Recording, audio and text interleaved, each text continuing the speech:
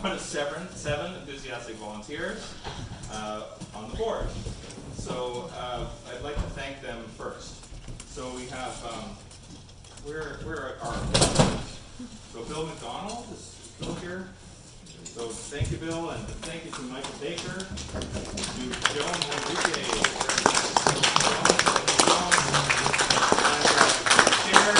Chair, yes, and Lucy's not here tonight, and yeah, and that's it. Okay, and then we have many volunteers who have helped us. David came and helped with chairs, and Paul with tickets, and so we can't thank every single person, but thank you as a general rule to the community.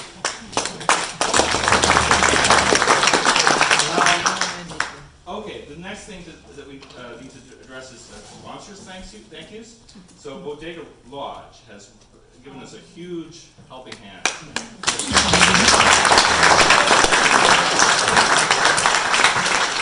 I don't know if Jesse and Christine are here, but I think Jesse's brother might be. There you are. Thank you so much, and just pass our thanks on to him. I have to go to the action. Yes. So we have this magnificent ensemble here of top-tier, world-class musicians. Many of whom, just one, to highlight, for example. That Johnston recently was inducted into the Percussion Hall of Fame.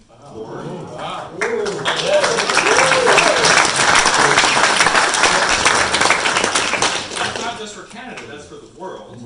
And apparently one other percussionist shares that honor, Neil Peart. And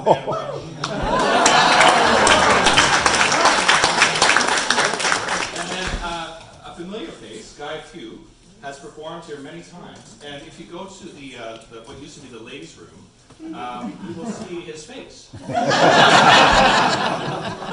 a poster from probably 2010 or something like that. So, I didn't go and check it out. You're tourist item. Bucket list.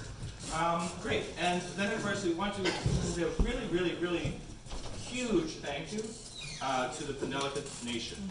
So I know that, just hold your pause for a second, land acknowledgements are never enough. And to be honest, I think that many of us, including the indigenous folks, find them a little annoying. But it's very important, and it's a first step, right? And it's like the, it's a start. So we'd like to acknowledge that this concert is happening on Penellicut land. And we are very grateful for their patience in letting us share this space together. So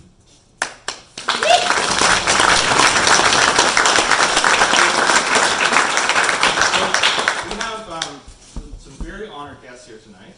Among them, two members of the Pegahmagabow family, direct descendants of Francis Pegahmagabow.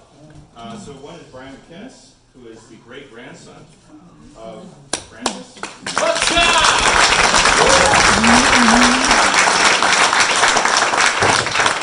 The other is Laura Pegahmagabow, who is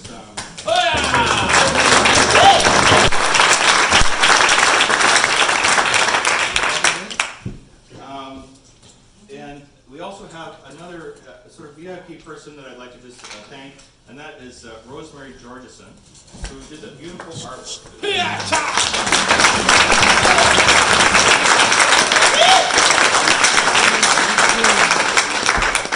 So, with having said enough of thank yous, I'll now pass it on to Brian McInnes, who is our actual official MC for the day.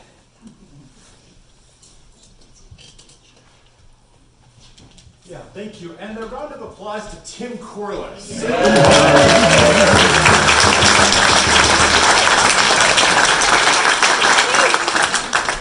truly, whose beautiful compositions and musics really do make this show and help us tell the stories as we tell it.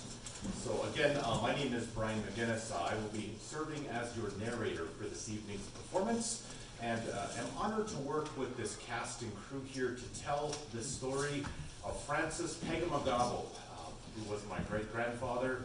He was Ojibwe of the Shawanaga and Wasauksing First Nations in Ontario. When the show Sounding Thunder first began. It was birthed actually at Wasauksing First Nation and was performed also at the Stocky Center in nearby Parry Sound, of which many of these fine performers have played many times. And we're also honored here to have Jim Campbell, as not only artistic director of the Festival of the Sound, but our clarinetist this evening. So,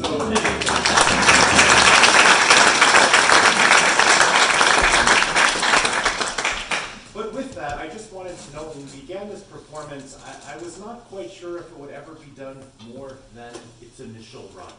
I suspected it was one that would just have a few nights of storied performance and great memory making, and that it would just be one of those things that ends up on a poster in the wall in the ladies' room somewhere 20 years later. But this performance has had its own generative life, and we've since been able to tour to many locations in Ontario. Last summer, we actually thought we were taking this west when we ended up in Winnipeg, Manitoba. And we picked up Sage there, actually, by the way.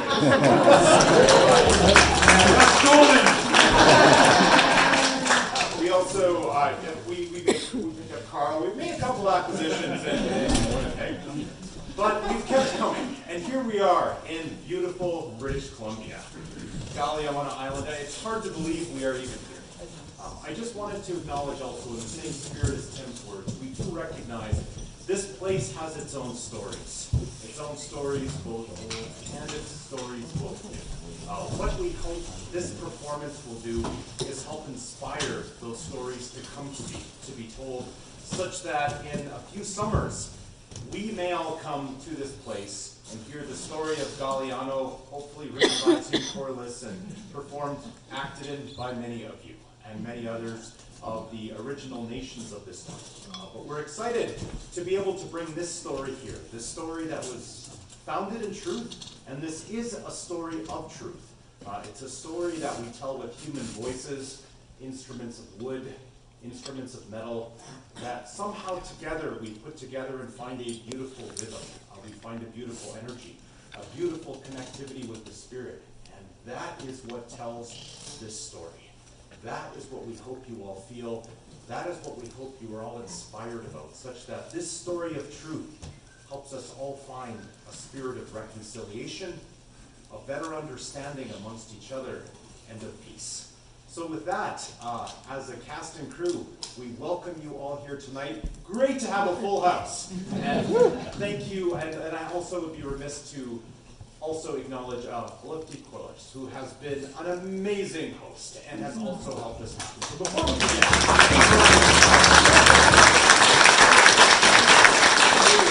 think that most of this from Papua New Guinea, which is even more impressive. So with that, Miigwech, thank you, and we do hope you enjoy our show.